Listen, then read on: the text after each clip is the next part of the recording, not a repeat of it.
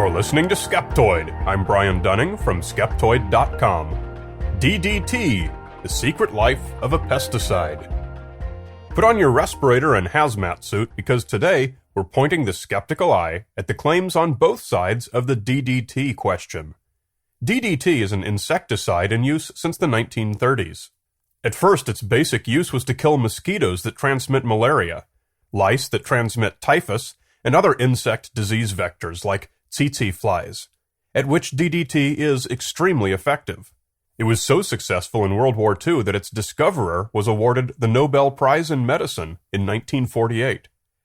Subsequently, it was used in agriculture to protect crops from a variety of pests, and once again, it's highly effective in doing so. But a few decades later, DDT became a two-sided issue, with detractors pointing to health effects on humans and animals, most notably eggshell thinning in various bird species, and a number of potentially severe health effects in humans. In response to these concerns, DDT has now been banned, for the most part, in many countries. But the controversy continues. While the ban has been credited with the rebound of bird species, it has also been criticized as overzealous, with many now saying the detrimental effects were overblown and did not outweigh the many lives saved from malaria in the Third World. It is in fact making a comeback, with production increasing today in China, India, and North Korea, for both agricultural and anti-malaria uses.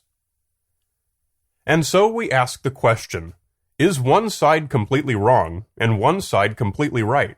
Or do we equivocate and conclude that DDT has its place, albeit a limited one? DDT is dichloro-diphenyl-trichloroethane. It's a completely synthetic compound that does not exist in nature. It's a white, powdery, waxy substance that's hydrophobic. It doesn't dissolve in water and so does not contaminate it, but readily dissolves in solvents and oils. It's applied as a white, smoky mist. DDT kills insects by chemically enhancing the electrical connections between their neurons, short-circuiting them into spasms and death. DDT's hydrophobic nature is both a blessing and a curse. It can't contaminate water sources, which is good, but it also doesn't get dissolved away by them and diluted into virtual nothingness, so it hangs around for a long time. DDT probably never would have been banned if it were not for the 1962 publication of Silent Spring, the title of which alluded to dead birds. Author Rachel Carson was a much-beloved nature writer who died only 2 years after the book came out. She'd been a marine biologist for the U.S. Fish and Wildlife Service, then called the Bureau of Fisheries, but was able to retire with the publication of a trilogy of books about the sea. All became bestsellers in the 1950s, with the public enamored by her poetic presentation of all things pertaining to beaches, islands, the deep sea, and the creatures living there. Following this trilogy, her writing turned toward environmental issues and became increasingly critical of industry, government, and the effect of humans on the planet.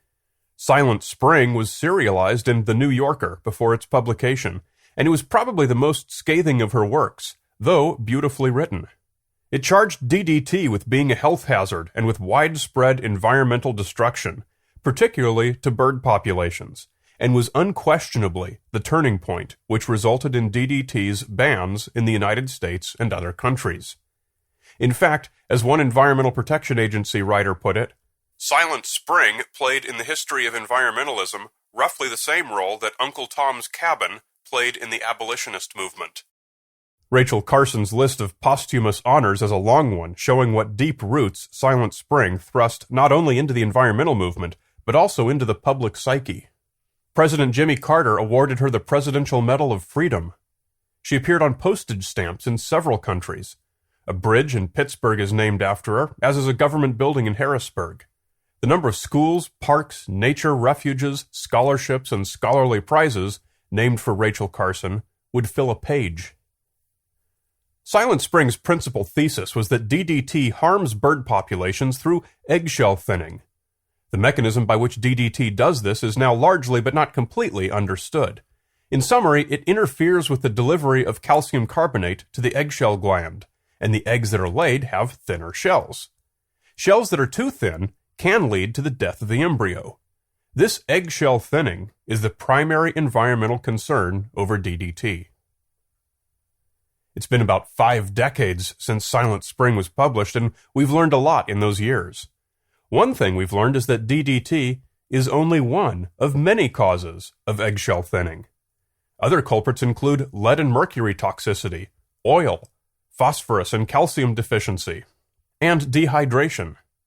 Perhaps most significantly, birds in captivity, in order to undergo testing, are under stress, and this stress alone is enough to produce eggshell thinning.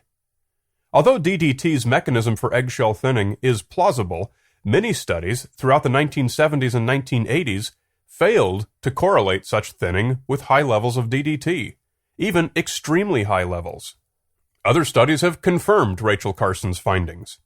My own conclusion based on a review is that there probably is a correlation, but it's not a strong one, and at best it's only one of many causes. Whether DDT is used or not would probably not have a large impact on bird populations. But despite the likelihood that it would have some impact, it's now known that the species Rachel Carson focused on, most notably bald eagles, were already in massive decline from unrelated pressures, even before DDT's introduction. Habitat loss and hunting had been by far the greater causes of bald eagle deaths. Hunting had reduced the populations to just a few hundred nesting pairs in the mountains, and lowland eagles were already gone from habitat loss. Rachel Carson did not ignore these issues in her book, but the popular perception that banning DDT was all that was needed to magically restore bald eagle populations was naive. In the end, it was the Bald Eagle Protection Act and the bird's 1967 placement on the endangered species list, combined with increased penalties for poaching, that ultimately led to the bald eagle's successful return to remaining habitats. Brown pelicans are another species often cited as having been decimated by DDT use in the United States, along the Gulf Coast and in California. Massive declines were indeed correlated with DDT use, but it may have been a coincidence in each case. Along the Gulf Coast, hunting by angry fishermen had reduced the pelican population in Texas from 5,000 annual births to just 200 in 1941. The California populations suffered a double whammy in the years following Silent Spring's publication, first with an oil spill off Santa Barbara in 1969, and then with an outbreak of Newcastle disease in 1971 that unfortunately required the culling of millions of brown and white pelicans. DDT certainly didn't help, but it was another case where the bird populations would have dropped sharply whether DDT was in the picture or not. Of course, it would be completely wrong to overlook DDT's potential for causing harm simply because there are other things that cause harm too.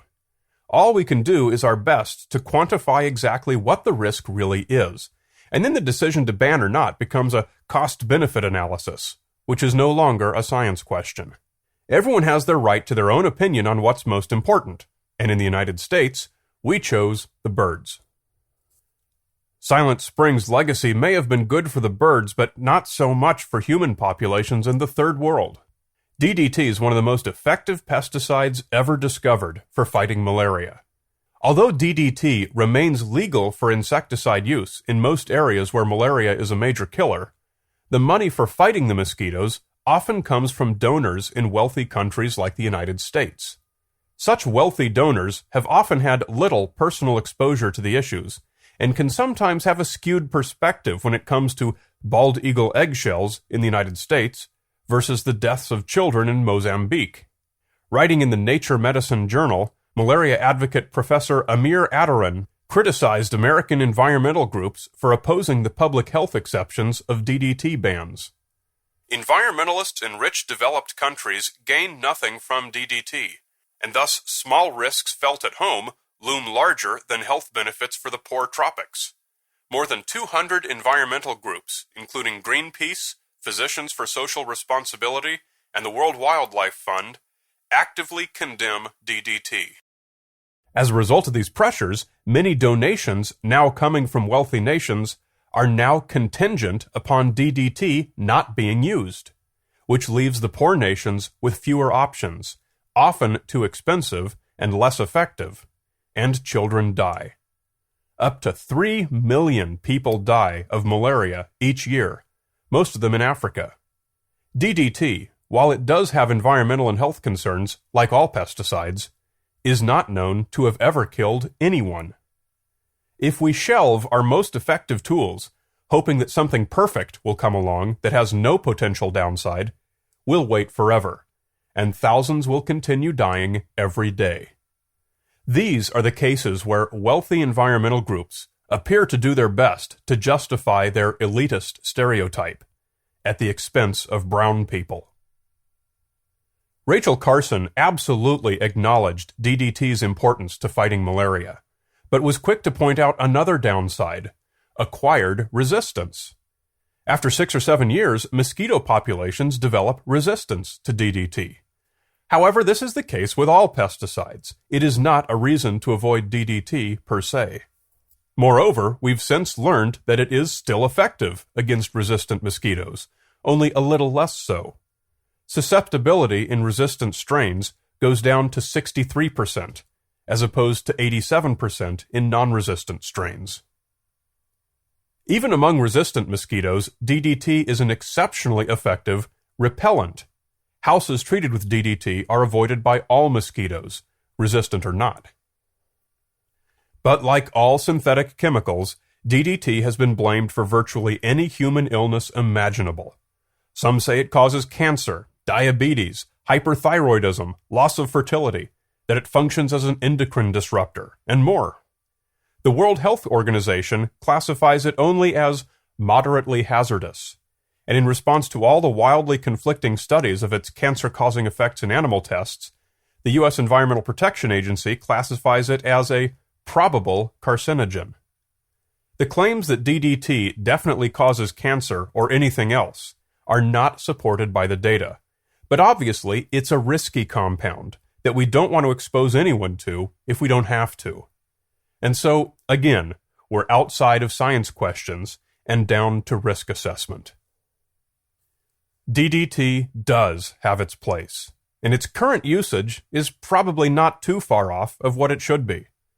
The exception is Africa, where DDT's upside far outweighs the down. My opinion is that the donors should relax their restrictions against it and leave those decisions to the experts on the front lines in Africa. For much of the rest of the world, DDT has largely been supplanted by newer and better agricultural pesticides, and there's insufficient reason to put collateral species under pressure. A scientific review nearly always produces better focused policy, and our DDT policy is definitely due for a tune-up.